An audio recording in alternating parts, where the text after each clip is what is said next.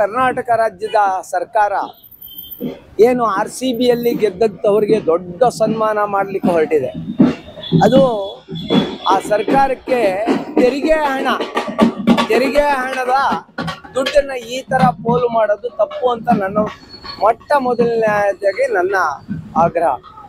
ಎರಡನೇದು, ಈ ಏನು IPL ನಡೀತದೆ, ಇದೊಂದು ದೊಡ್ಡ ದುಡ್ಡಿನ ದಂಧೆ. ಆಮೇಲೆ ಅಲ್ಲಿ ಆಟಗಾರರು ಸಮೇತ ಅವರೇನು ಆಟ ಆಡುವಂತಹ ಸ್ಪಿರಿಟ್ ಅಲ್ಲಿ ಆಡ್ದವರಲ್ಲ, ಅವರೆಲ್ಲರೂ ಹರಾಜಾದವ್ರೆ. ಅವ್ರಿಗೆಲ್ಲ ಬೆಲೆ ಕಟ್ಟಿದೀವಿ ನಾವು. ಹಿಂದೆ ಬ್ರಿಟಿಷ್ ಕಾಲದಲ್ಲಿ ಗುಲಾಮರನ್ನ ಹರಾಜಾಗ್ತಿದ್ರು ಅಂತ ಹೇಳಾಗಿ ಇದು ಅದೊಂಥರ ಬೇರೆ ಸ್ಟೈಲು. ನೀವೀಗ ಕಮಿಷನ್ ಏಜೆಂಟ್ ಅಂತ ಹೇಳಿದ್ರೆ ಒಂದು ಸ್ಟ್ಯಾಂಡರ್ಡ್ ಲೆವೆಲ್, ಅವನು ಇದಕ್ಕೆ ಮಾಡ್ತಾನೆ ಅಂತ ಹೇಳಿದ್ರೆ ಬೇರೆ ತರ. ಆ ಥರದಲ್ಲಿ ಇವರು ಹರಾಜಾದಂತಹ ವ್ಯಕ್ತಿಗಳು ಇವತ್ತು ಕ್ರಿಕೆಟ್ ಅನ್ನ ಒಂದು ದಂಧೆ ಆಗಿ ನಡೀತಾ ಇದೆ, ಬೆಟ್ಟಿಂಗ್ ಆಗಿ ನಡೀತಾ ಇದೆ. ಇಡೀ ವರ್ಲ್ಡ್ ಅಲ್ಲಿ ಈ ಕ್ರಿಕೆಟ್ ಒಂದು ಕಮರ್ಷಿಯಲ್ ಈವೆಂಟ್ ಆಗ್ತಿದೆ. ಅಂತಹ ವ್ಯಕ್ತಿಗಳನ್ನ ನೀವು ಕರ್ಕೊಂಡ್ಬಂದು ವಿಧಾನಸೌಧದ ಮುಂದೆಯಿಂದ ಚಿನ್ನಸ್ವಾಮಿ ಸ್ಟೇಡಿಯಂ ಅವ್ರಿಗೆ ಕರ್ಕೊಂಡು ಹೋಗ್ತಿರಲ್ಲ, ಅತ್ಯಂತ ನಾಚಿಕೆಗೇಡಿದ ಕೆಲಸ. ಅವ್ರೇನು ಒಲಿಂಪಿಕ್ ಅಲ್ಲಿ ಗೆದ್ದಿಲ್ಲ, ಇಡೀ RCB ಟೀಮು ಕರ್ನಾಟಕದ ಕ್ರಿಕೆಟ್ ಆಟಗಾರರಿಂದ ನಡೆದಿಲ್ಲ. ಹೌದಾ? ಮಾರಾಟ ಮಾಡಿ ತಗೋಬರೋದಕ್ಕೆ ಏನ್ರ ಆಗ್ಬೇಕು? ಐಷಾರಾಮಿಯರು, ಅಂಬಾನಿನೋ ಅದಾನಿನೋ ಯಾರ್ಯಾರೋ ಒಬ್ಬೊಬ್ರು ತಗೊಂಡು ಒಬ್ಬೊಬ್ಬರನ್ನ ನೀ ಬಾ ಅಂತ ತಗೊಳೋದಕ್ಕೋ ಅಂತ ದಂಧೆಯನ್ನ ನೀವು ಪುಷ್ಟೀಕರಿಸ್ತಾ ಇದ್ದೀರಿ ಸರ್ಕಾರದವರು. ಈ ಕಡೆ ಮಳೆಯಿಂದ ಸುಮಾರು ಜನ ಮನೆ ಮಠ ಕಳ್ಕೊತಾ ಇದ್ದಾರೆ.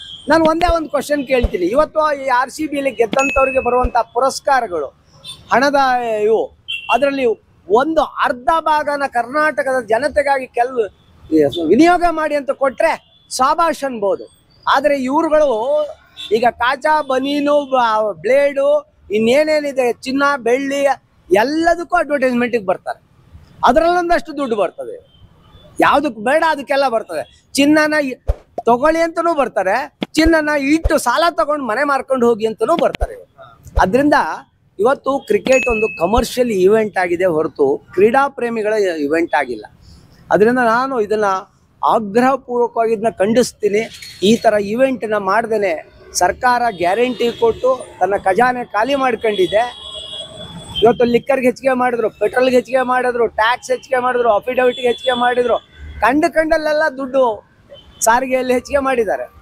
ಇಲ್ಲಿ ಆ ದುಡ್ಡೆಲ್ಲ ತಗೊಂಬಂದು ಇಲ್ಲಿ ಇಂಥ ದೊಡ್ಡವರಿಗೆ ಸನ್ಮಾನದ ಕಾರ್ಯಕ್ರಮ ಹೋಗ್ತಿಲ್ಲ. ಅದನ್ನ ಖಂಡಿಸ್ಬೇಕು. ಇಡೀ ಕರ್ನಾಟಕ ಜನ ಒಕ್ಕೂರಿನಿಂದ ಇದನ್ನ ಬೆಂಬಲಿಸಬೇಕು ಅಂತ ನಾನು ಕೇಳ್ಕೊಳ್ತೀನಿ.